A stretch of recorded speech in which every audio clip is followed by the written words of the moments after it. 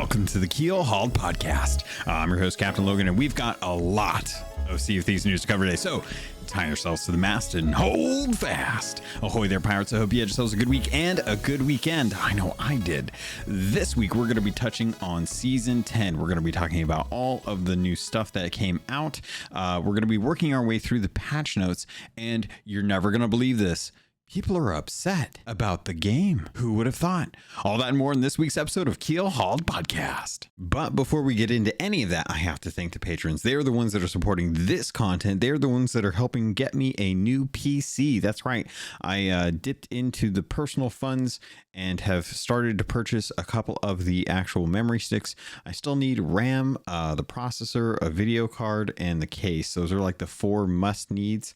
Well, not even must needs, but they're the ones that I'm working towards right now that will help me get closer and closer to that new PC. Very happy and very appreciative of the community for their support that continues to help get that new PC up and running. So let's thank People's Republic, El Cute, Balls, Bam Bam Bagel, Captain Chunky, Captain Hayes, Chateau Neuf, Super Pack, Zombie Killer, Cloud, Cosmic Johnson, Static Mirror, DA Gaming, Davram TV, El Jefe Esteban, Fergatron, Godhammer 6, Trickster, Jorby Jorbs, Carl Embo, Kazia the Aficionado, Nightstar, Cryptic Slayer, Lumpy SRQ, Evil Morpheus, Space Admiral Ors, Xbox Mike 29, Murphy Lives, Nipperkim, Mutinous Max, Norwegian, Raja the Brave, Registella the Brony Pirate,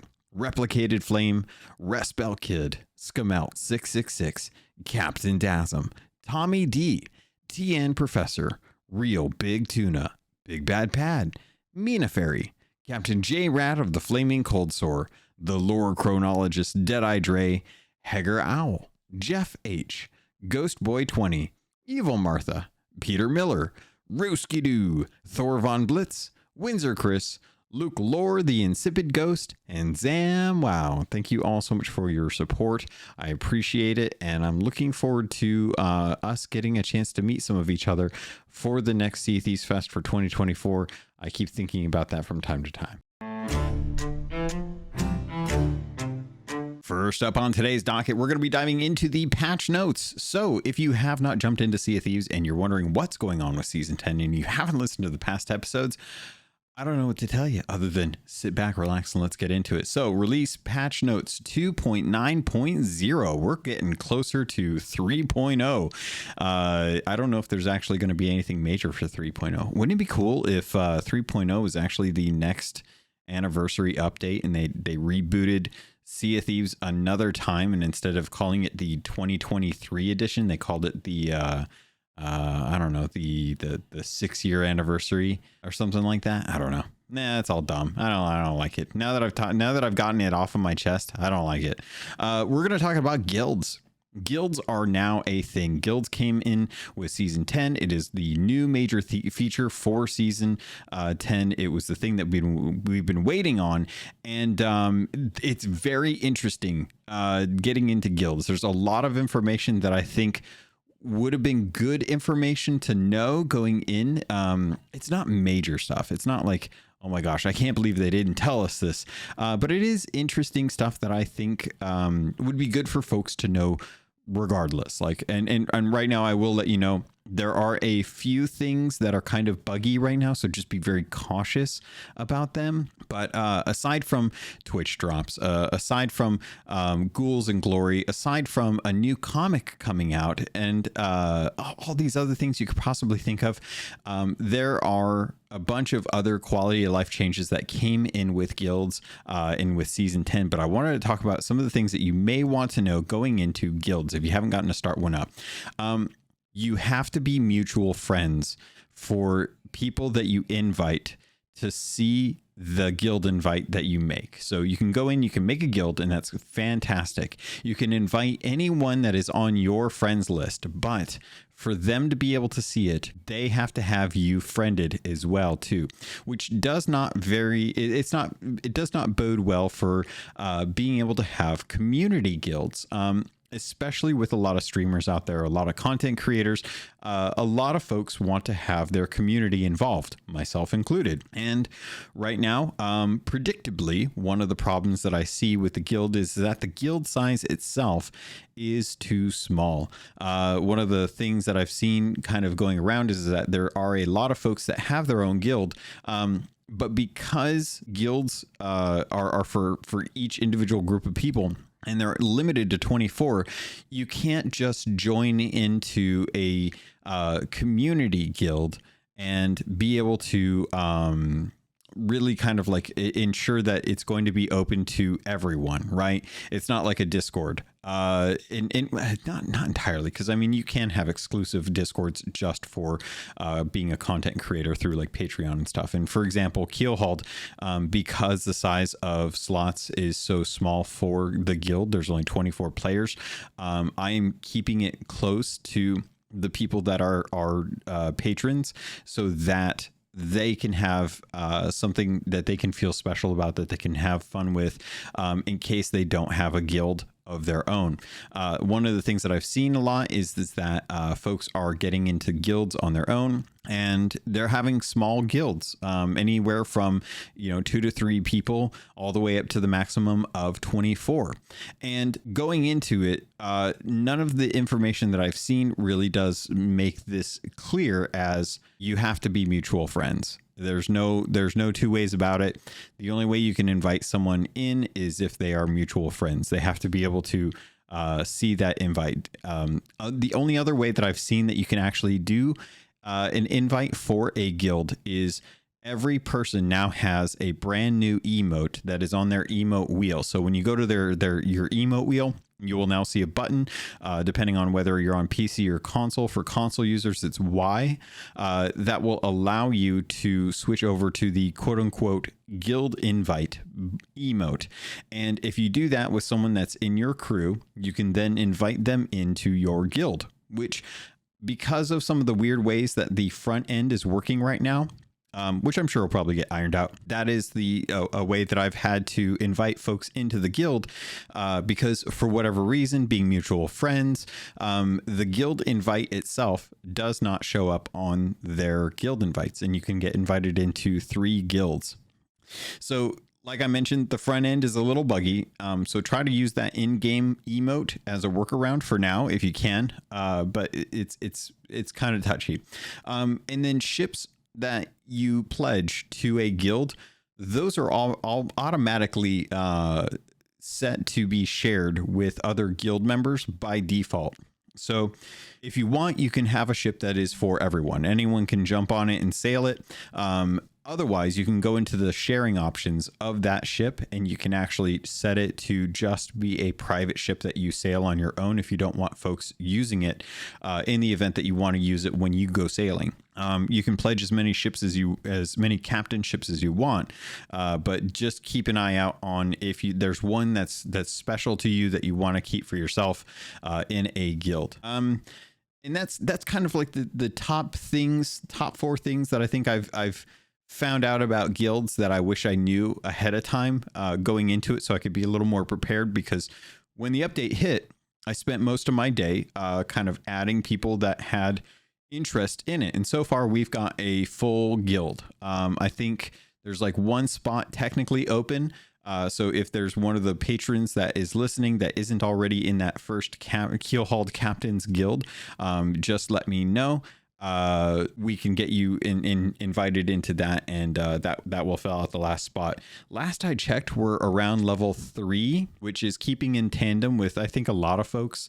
And so far it's been really cool. I've had a really good time with it.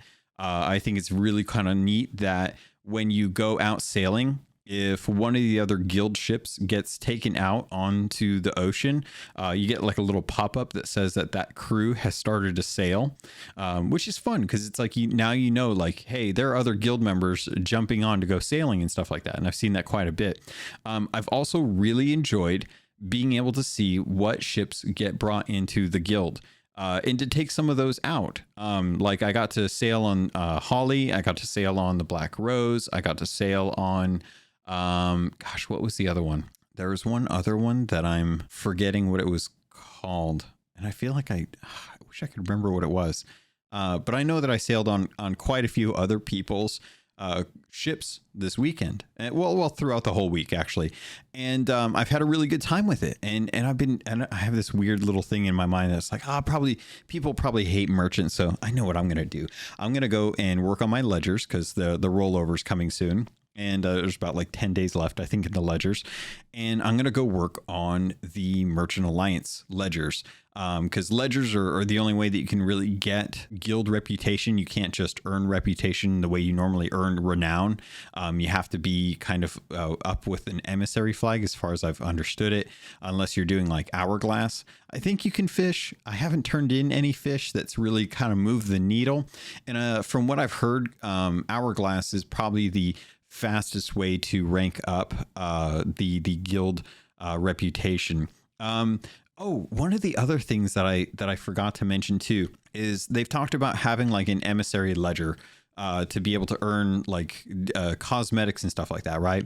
Well, unfortunately, you don't get an emissary ledger right off the bat just because you're a guild. You actually have to rank up to rank 15, and then you have to go over to the sovereign table to actually like interact with the table that they have there to enlist with the ledgers for the guild.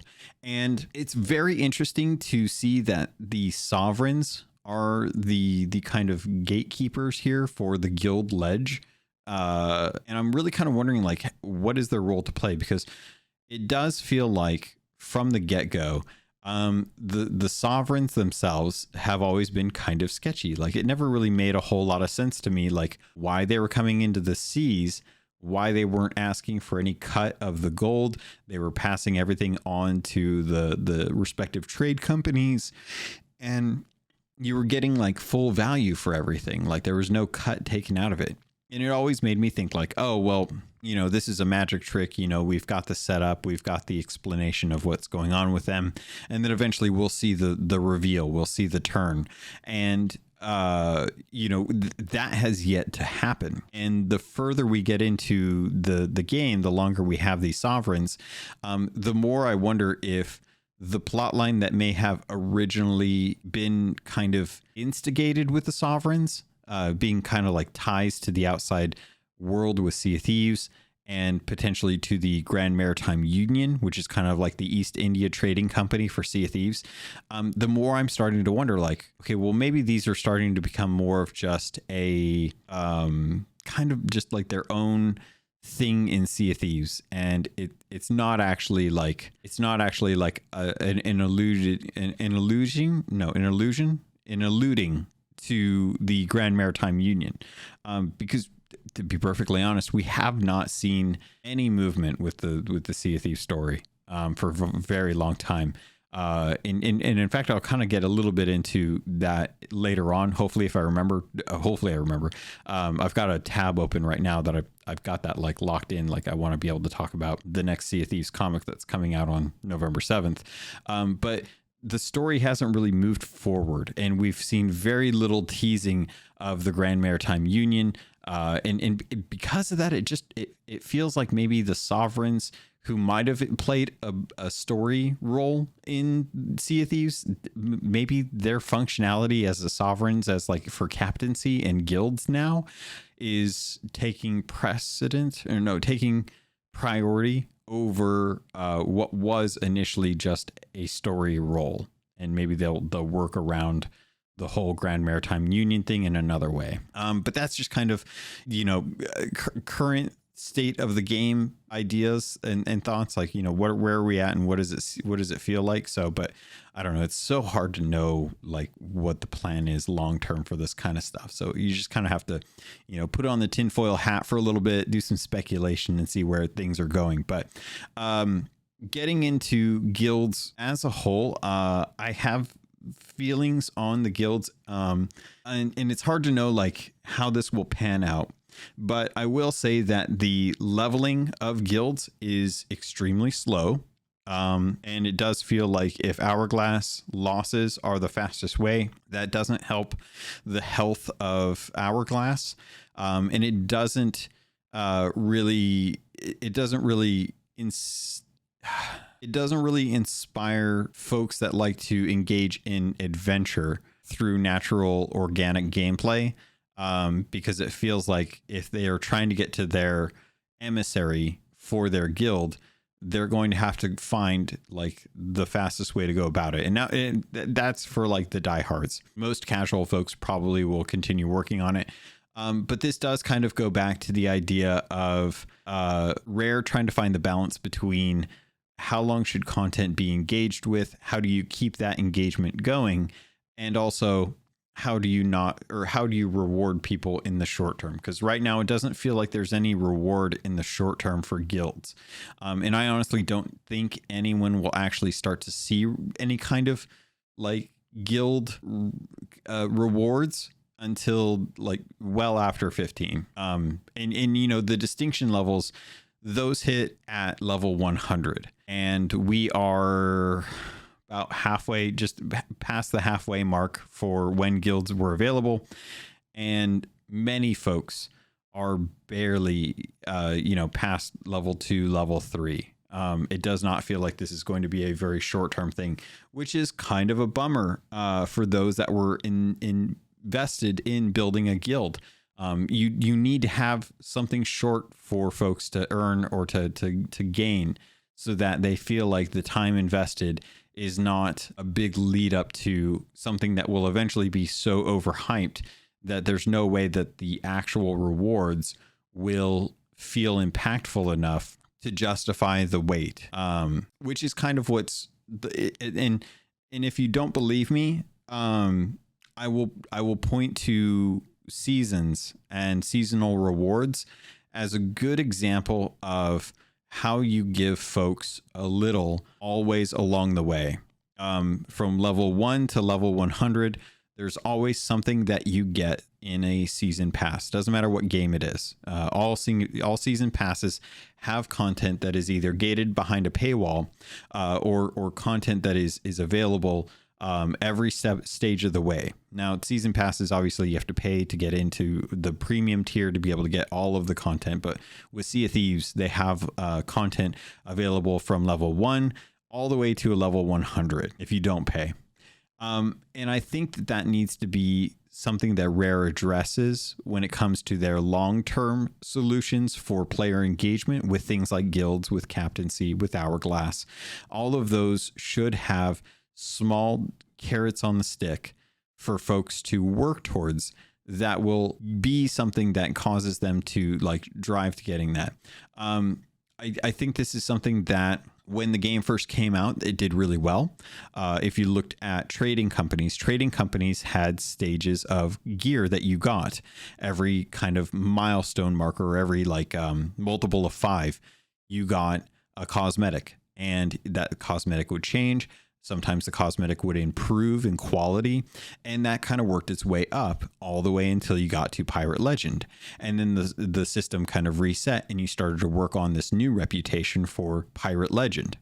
Nowadays, we don't get anything like that. I think Milestones is maybe the closest to it, and Milestones work, but they've had to go in and tweak all of the milestones to try and better address the short-term desire to have content, because after a year of playing in captaincy, they realized most people are not playing the game enough to really even have access to a majority of the milestone rewards. And they are really trying to build out something that is for the most engaged, the people that are playing anywhere from 20 to 40 hours a week, depending on if they're just a hardcore gamer or they're a full-time streamer. And that hurts, I think, the casual base, which are the majority of players. And unfortunately, if the majority of players aren't seeing a return, they're going to go do something else. And the game does not live and breathe off of the elites, either or the complete polar opposite of that, right? Like the game lives off of the mass majority of casuals. And a lot of people don't like hearing this, but that is the fact. The fact of the matter is that this game makes sales off of the majority of casual players who see something cool in the Emporium and buy it and play it, 5, 10, maybe 20 hours every couple of weeks. That is the bread and butter of the game. So you build a game for them. You don't build it for the top echelon of players. And I know I've talked about this a lot, so I'll get off my high horse about it. But that is my earnest opinion. And I've talked to devs in other industry or other studios who have all said, like, you do not build the game for the top players. The top players will do their thing. They will be there always. They're there to showcase the content. You build it for everyone to be able to have access to that. I see the same thing in like clothing. Like there's very expensive clothing, and then 2 years later, you're buying the knockoff of that at Target because it's a derivative. It just kind of works its way down, and you make something for the casual people because you have the very it's kind of how commerce works. It's a weird thing. I don't know. I don't pretend to know all of it. I know that I understand a good enough amount of it, but as far as I'm saying, like guilds, I'm going to get off this. It's a weird thing to get in there, but overall, I would say that guilds and the leveling thing, that duration will be a good long-term goal for folks. But to showcase that as the main thing for season 10 and to have it be as slow, I think will hurt the overall opinion of season 10, which is where I think Rare may save themselves by having the legend or the Voyage of the Siren Song, or the Skull of the Siren Song. That will be kind of the thing that drives players to play on a short-term basis. Like those rewards are the things that people can get, and those are the things that will engage players to fight with each other. That will be the carrot on the stick for the short term. And I think guilds will kind of fall into that for the long term.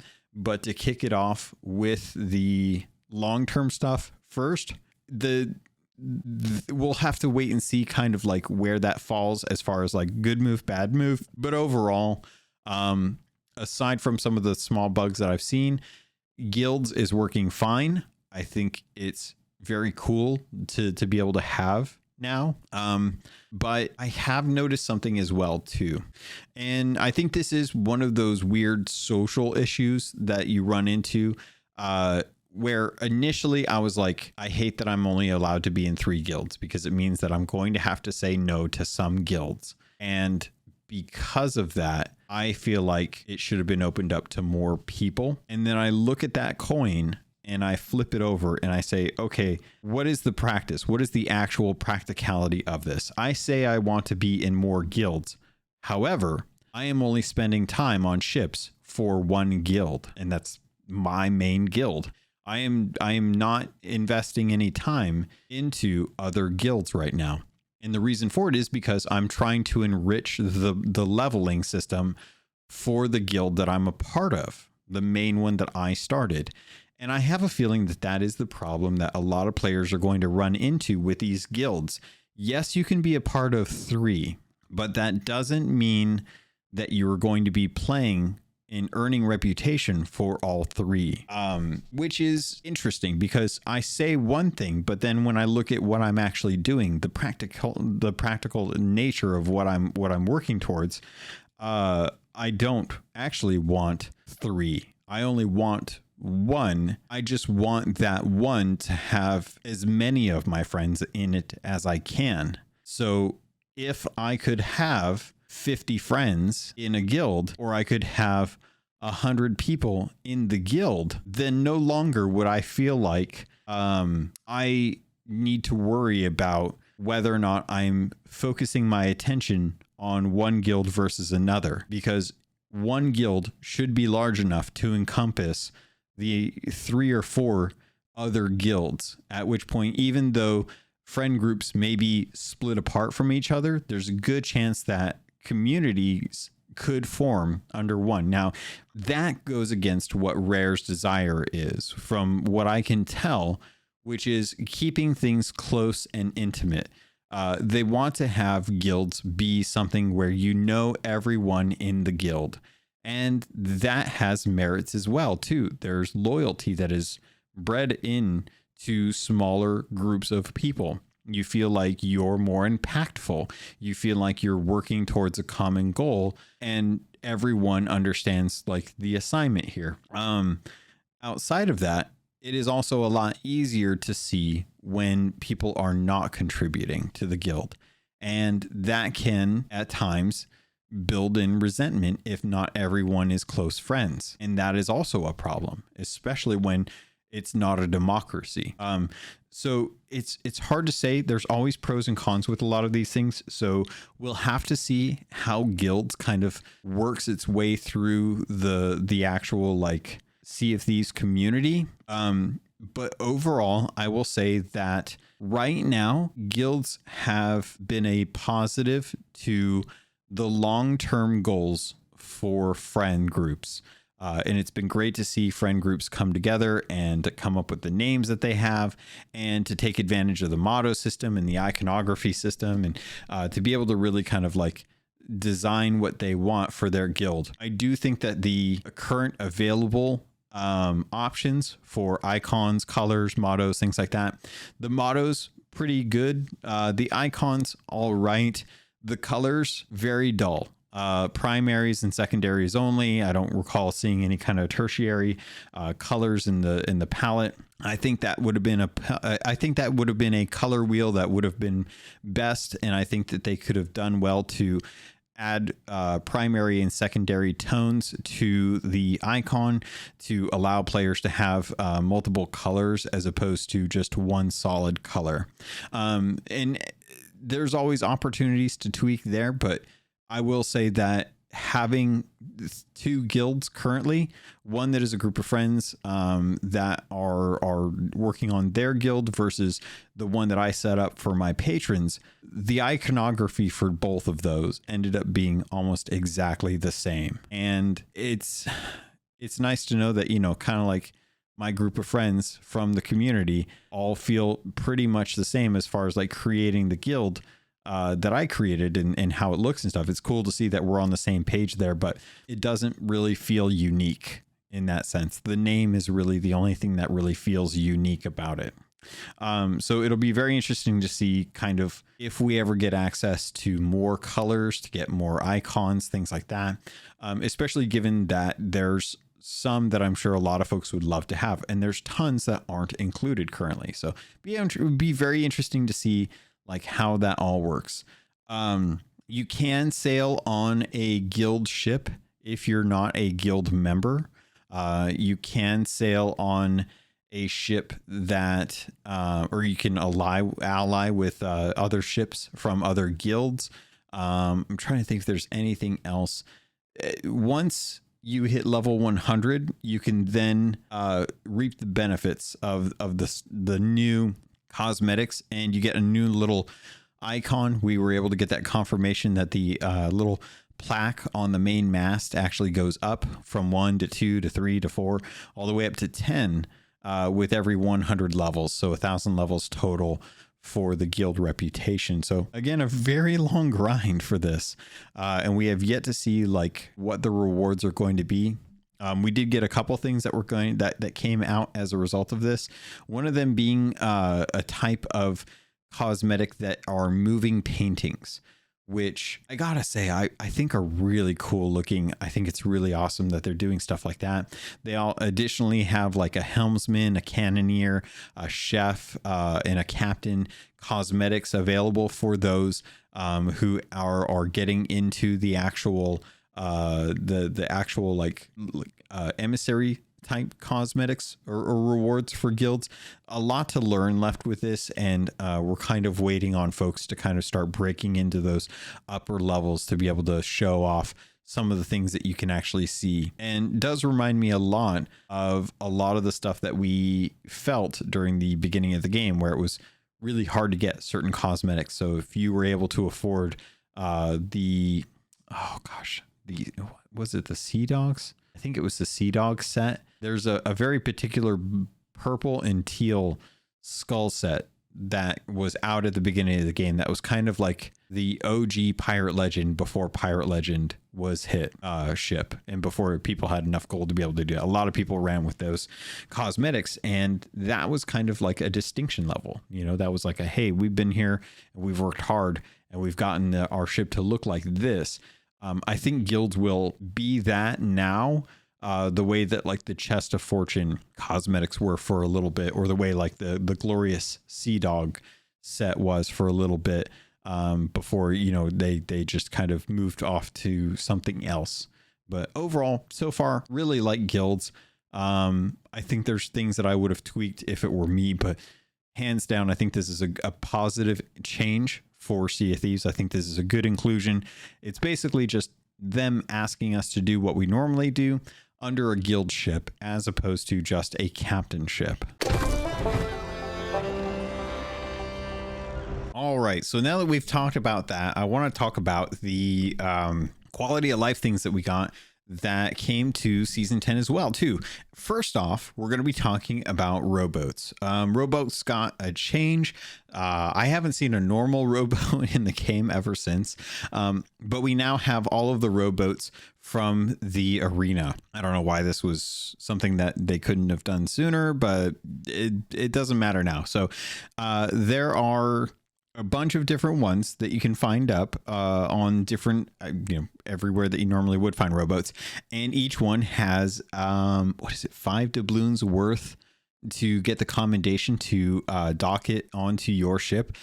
There's the Azure Scout, the Flaming Jackal, the Gold Chaser, the Lucky Rover, the Regal Hound, and the Rare Good Boy. For as far as like the different colors.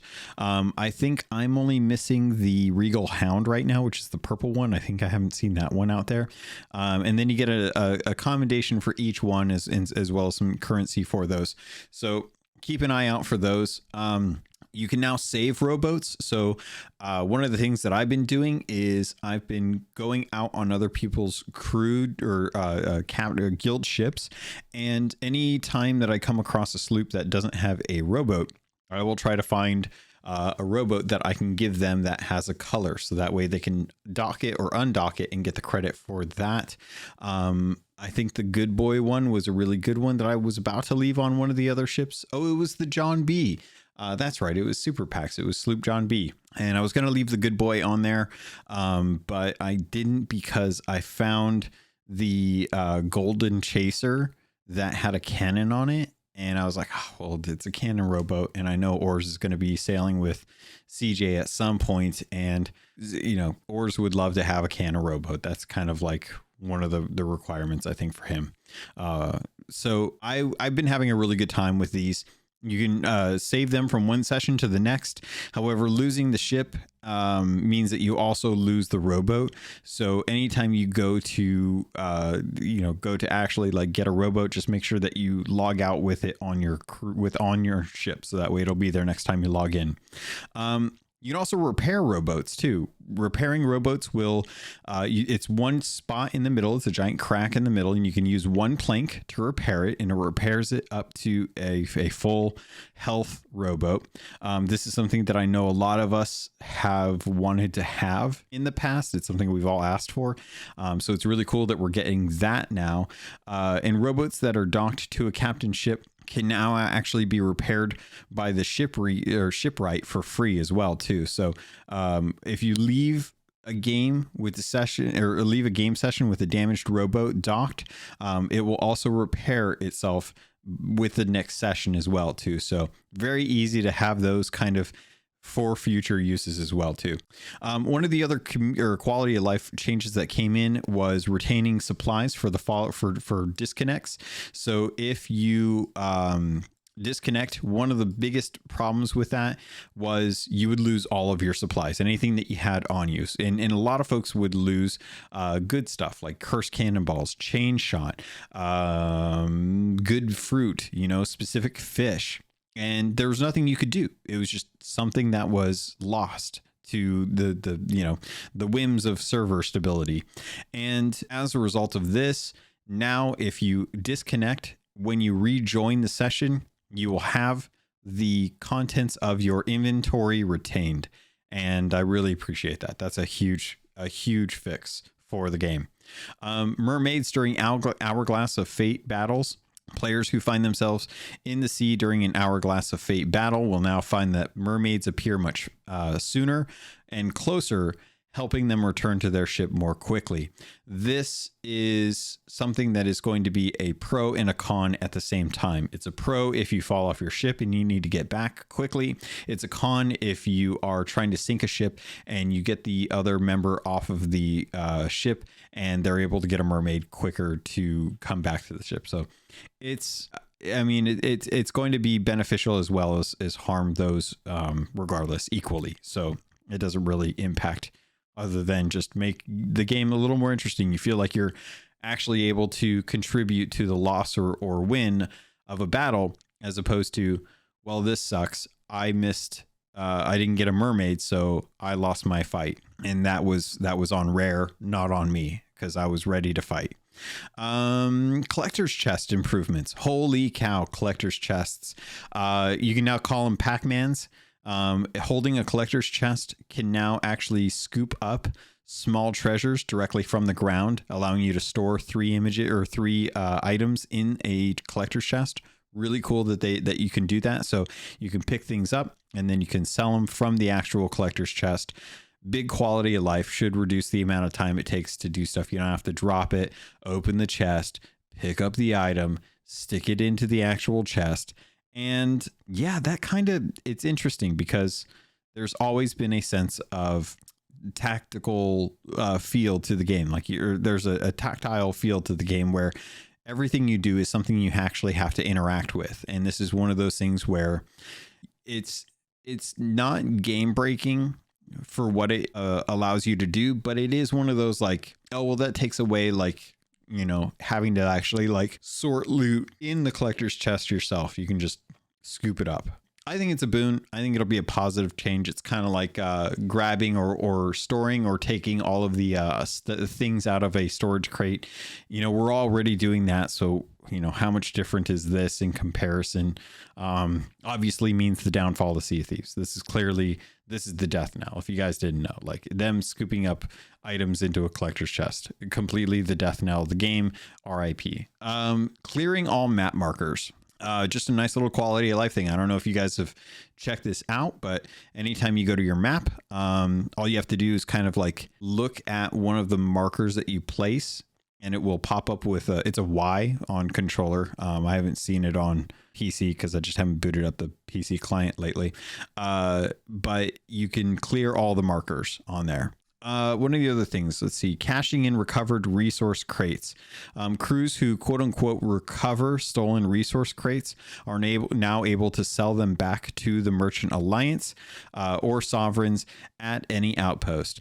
Crews who purchase the crates are still prevented from selling them back directly. This kind of falls in line with the like, oh, well, I can't sell this because someone else bought it.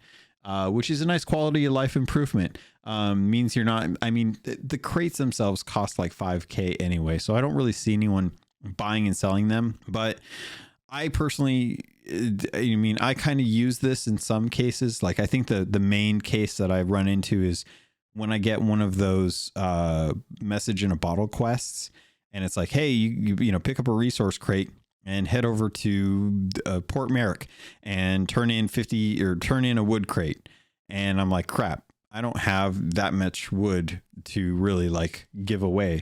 So I'll go over and I'll buy one of the wood crates from, the Merchant Alliance rep, and then I'll just transfer all the wood from the one that I bought into the one that I got from the actual representative, and then just hand that back to them, and then take the empty crate and put it on my ship for later use. And then like usually if I find another one out in the world, I'll swap it so that way I can sell it later. But little things like that, it's just nice. Like stolen ones you can now sell. The extra cooking stove, which is funny because there's and it's funny because Chris Alcock online tweeted about this. When they talked about this, they said each ship now offers 2 stoves for players to cook up a hearty meal for their crew, when in actuality it's not 2 stoves, it's 1 stove and 2 pans. There's not two stoves on your ship now. And I thought that was kind of funny because he clearly knew like what they were going for. And he even had to say, like, he's like, I love you guys, but it's one stove and two pans, not two stoves, one pan each. So it's cool. I love it. I think it's a good use of space. I hated the little trinket spot that they had on the cruise ships or on the stove that was like, oh, cool. Yeah, no, I don't actually want to interact with the little trinket that's on the stove. Also, why is it on the stove? I'd much rather just actually have that space for something useful or not at all. And in this case, we got something useful, which, I love. Fruit crate contents. Holy cow. How many times have you bought a fruit crate or avoided buying a fruit crate because you knew it was just going to be bananas? And bananas, nowadays, like, they're like pennies. You don't want pennies. You want good stuff. You want like $50 and quarters. You want good currency. And like this, you want good fruit. So fruit crates can now be purchased from the Merchant Alliance that contain a variety of fruit instead of just bananas. RIP Crunch, the game is dying. Bait key binding. Keen anglers can now assign key binds to their bait. You might be thinking, CaptainLogun, why do you need to have bait binded to a key? Like, what's the goal of that? You're only putting bait on a fishing pole. Nay, young pirate. This is the perfect opportunity for the puking pirates out there throwing their swords and cutting down people to start spewing spewing less vitriol with their words and more bait on their enemies. Now you can keybind bait so that if you need to press F or T and you eat a piece of bait, you can then eat a piece of bait and then pull out your sword and cut down with the rest of the scallywags out there whilst puking and blinding your enemy. So be sure to keep an eye out for pirates who are getting up close and personal with their swords, because there's a good chance if they start to look green, they have a keybind for their bait. And they're just like throwing leeches down their throat like it's not actually doing anything. That's not a mental image I ever want to conjure again. I very much regret saying that. My apologies. But yeah, that's it as far as like quality of life improvements. I think I was looking on Twitter and I follow a lot of the devs, and this season, Kia, who is Andy Preston over on Twitter, had kind of like a breakdown of like some of the major quality of life improvements, and there's been quite a bit of them. And one of the things that we actually got that I don't think anyone really expected, it was very interesting that this happened.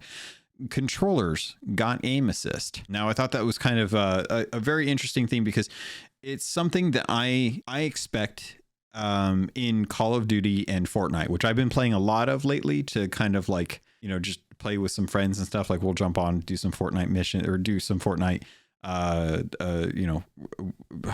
can't think of they put a horde mode in that's like save the world, but it's quicker. So they've managed to sell people on a holiday version of Save the World, which cracks me up. But anyway, I've been playing a lot of Call of Duty and Fortnite lately and having a pretty good time with it. Call of Duty is doing an awesome job with Halloween, by the way, if you don't know.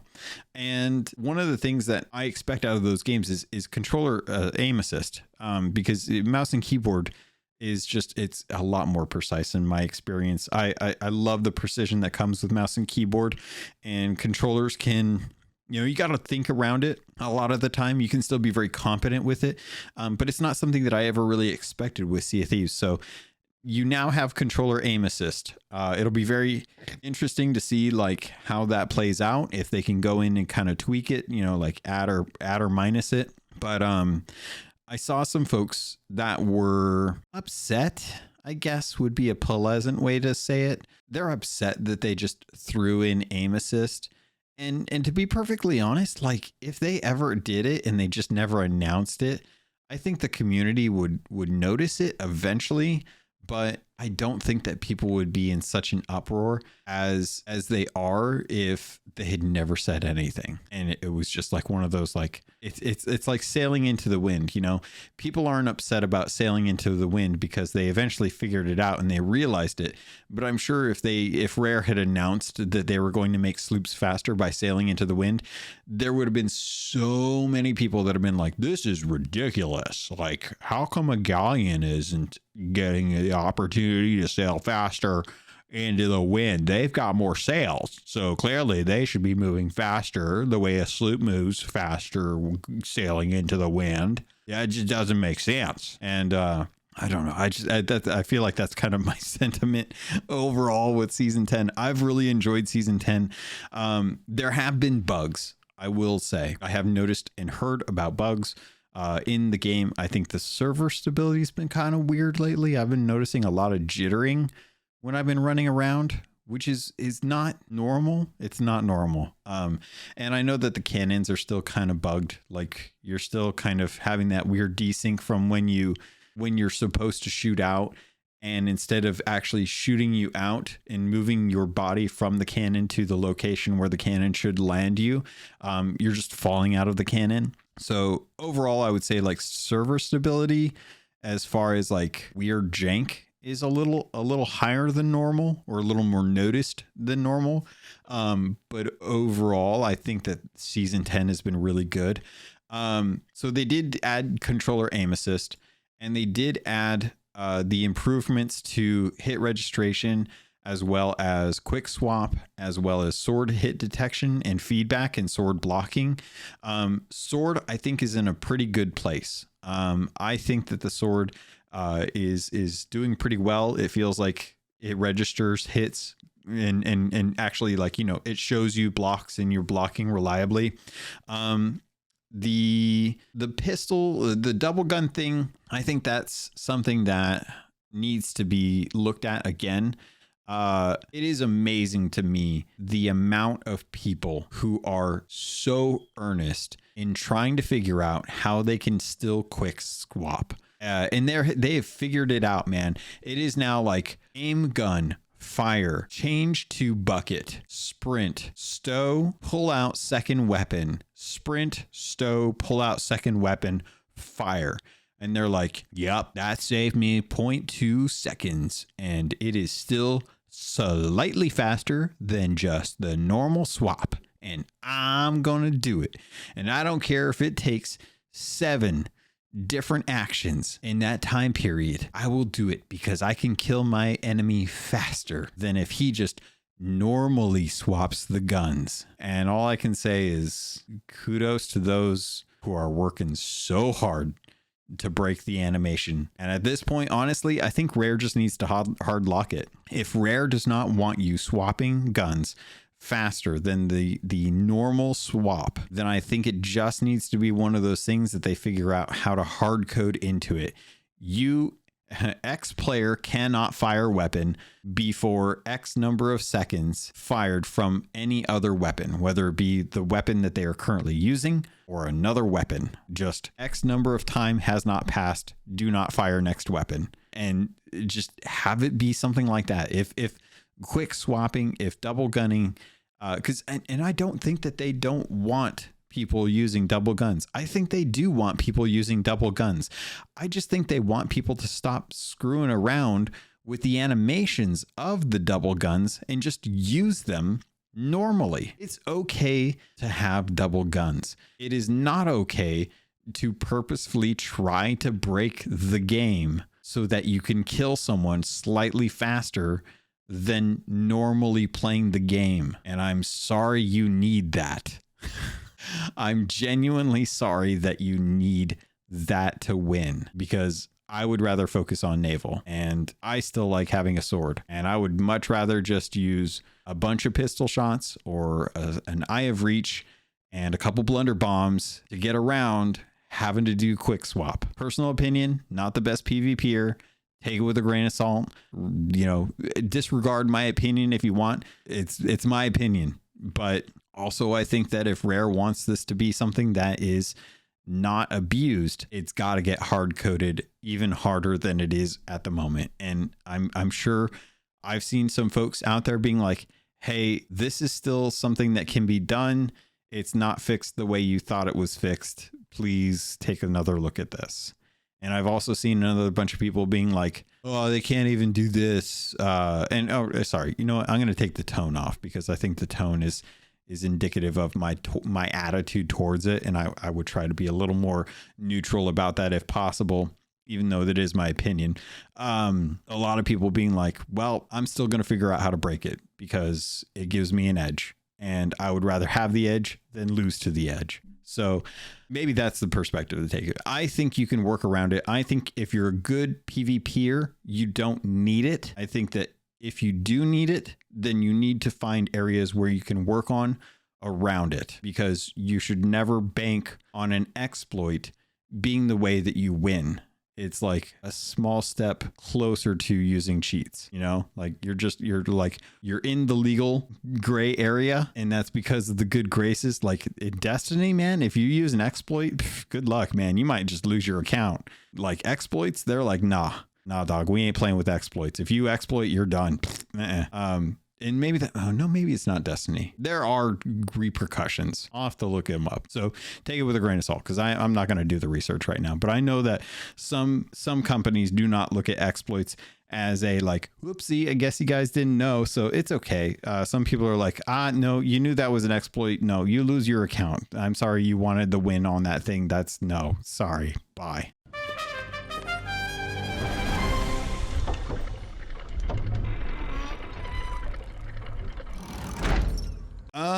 Let's see. Talked about controller aim assist. Little details on that, by the way. Players using aim assist have access to a range of settings to refine the sensitivity, both hip fire and aim down sights independently. You can also choose whether this applies to members of an alliance to better configure the experience to their liking. Controller players on console and PC will now have access to that aiming assist in the settings to better improve the balance between controller, mouse, and keyboard inputs. Aim assist is only active for ranged combat encounters against other players and enemy threats, and will not expose players hiding in the environment. Just to kind of give you a little more like technical stuff on that. I'm glad that it's not on swords. I think it would be a little broke if it were on swords. But also, block. Make sure. And honestly, if you're blocking and you do not get the first swipe in, little advice: either do the jump back or do the jump forward. Usually, if you're on PC and you jump forward, you can turn fast enough that you can try and get a slice on them before they can turn around and block.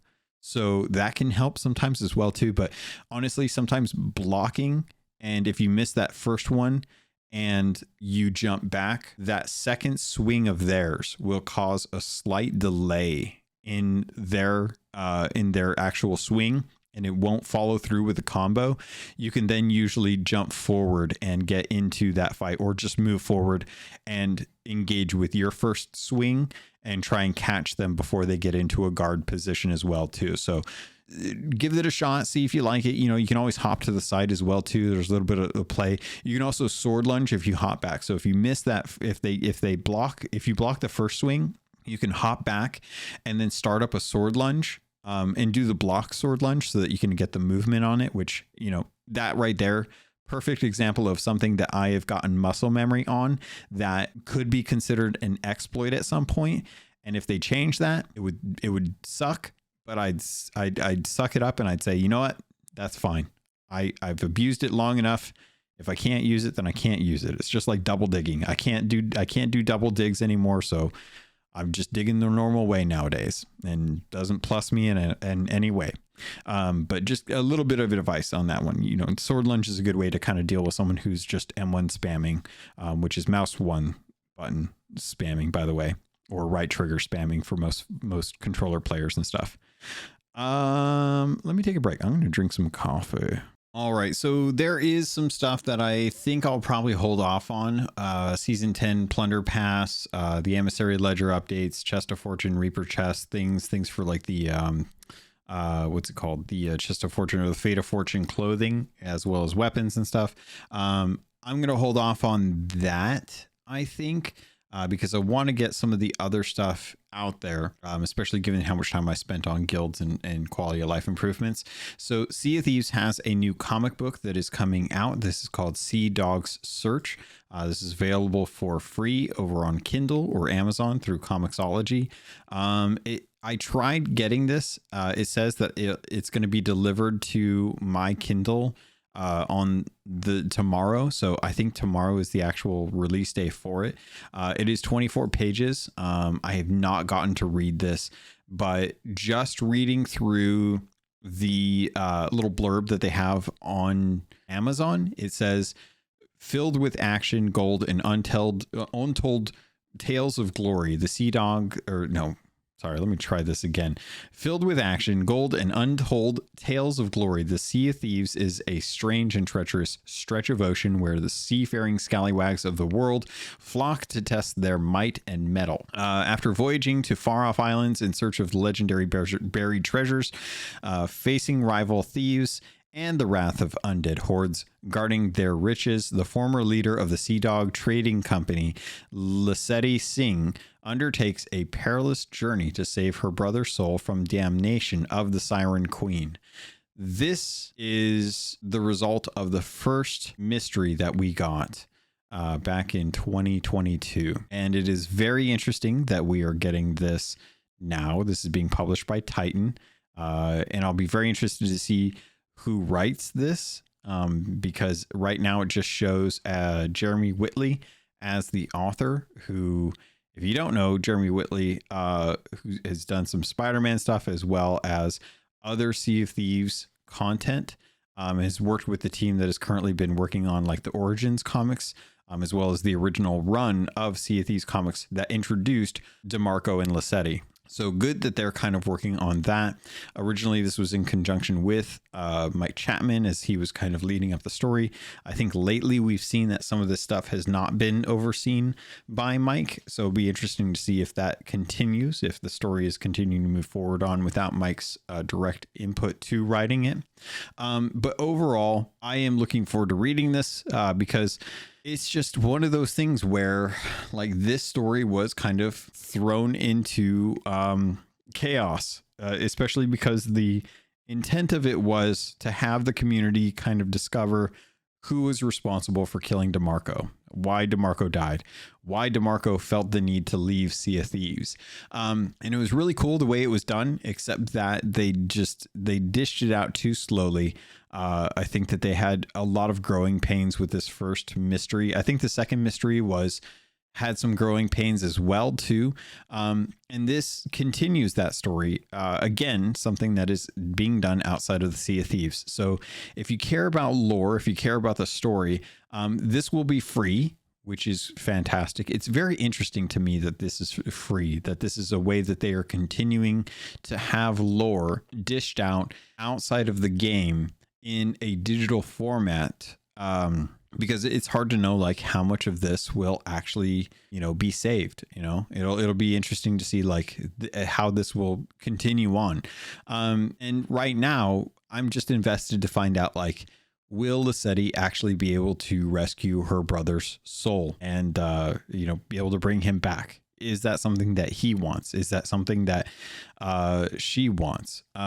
Why doesn't, Ramsey care enough to do it himself? Why is he still kind of like on his seat about the whole pirate lord or pirate legend and Flameheart thing and protecting the Sea of Thieves? So this is number one. I'll be very curious, like what the future releases are going to be numbered as far as like 2, 3, 4. Are we going to go up to 5? How many are going to be published in this? It is coming out tomorrow. It's 24 pages. It is free over on Amazon through Kindle or through your Kindle app, whether that be on like mobile or if you actually have one of their devices, or through Comixology, as far as I know. So happy to see that. Happy to see that we're getting more comics. Very curious to see what the story is regarding this. Other stuff you should know about. I hope you all were watching Twitch this weekend because we got Twitch drops. It was the Ori set, or at least parts of it. And it got kind of messed up and they had to reboot it. And it's really weird that had to happen, but hopefully it didn't. Hopefully it worked for you. Hopefully you didn't miss out on stuff. It didn't have like all of the Ori stuff, and I know some of that is missing out of the set that folks are looking to get. But that did go on this weekend. It was available to anyone that streamed, so it was really nice to see that. And as usual, I did not stream, and I completely forgot to record video for the video version of this. So I will have to go back out either tonight or tomorrow, probably tomorrow, to actually record some footage for the B-roll for the episode for tomorrow, which means it might be a little bit late because I still have to record that. The last thing that I wanted to tell you about is Ghoul and Glory Weekend. This is going on from October 27th through to November 1st. Actually, what is that? Is that 27th, 28th, 29th, 30, 31, 1st. So yeah, that's actually about a week. Yeah, so we're getting like a whole week of Ghoul and Glory.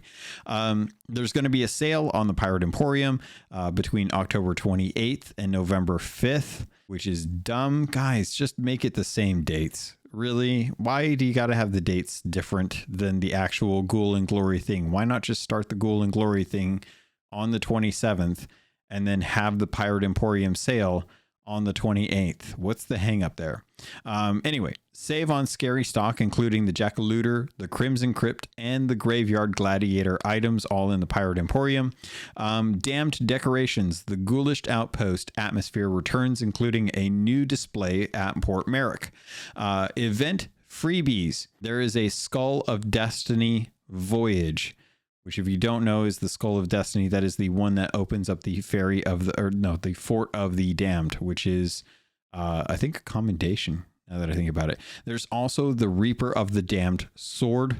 It just looks freaking cool, guys. I'm not going to lie to you. This is a really cool sword. It is just a beat up hunk of rapier with a skull as the crossguard and hilt, and it's all green and glowy and stuff. Very much recommend doing that, whatever it takes. I have no clue. Double rewards. Earn double the usual gold, reputation, allegiance, and seasonal renown while setting sail for spooky shenanigans. Again, this is going on between October 27th through the 1st of November. I gotta say it. I say it every time. I say it to everyone I possibly can. Halloween is all month. Please start your Halloween decorations at the beginning of October. Have them run until November 1st. That way you aren't making content that is only available for 1 week. Please stop limiting content that is holiday specific to 1 or 2 weeks during that holiday. Stores have already learned. You put Halloween junk out in September or August, people buy it, and then they have it so they can set it up for all of October. Celebrate the whole month. It's okay. All right, hold on. Let me step down off of that soapbox.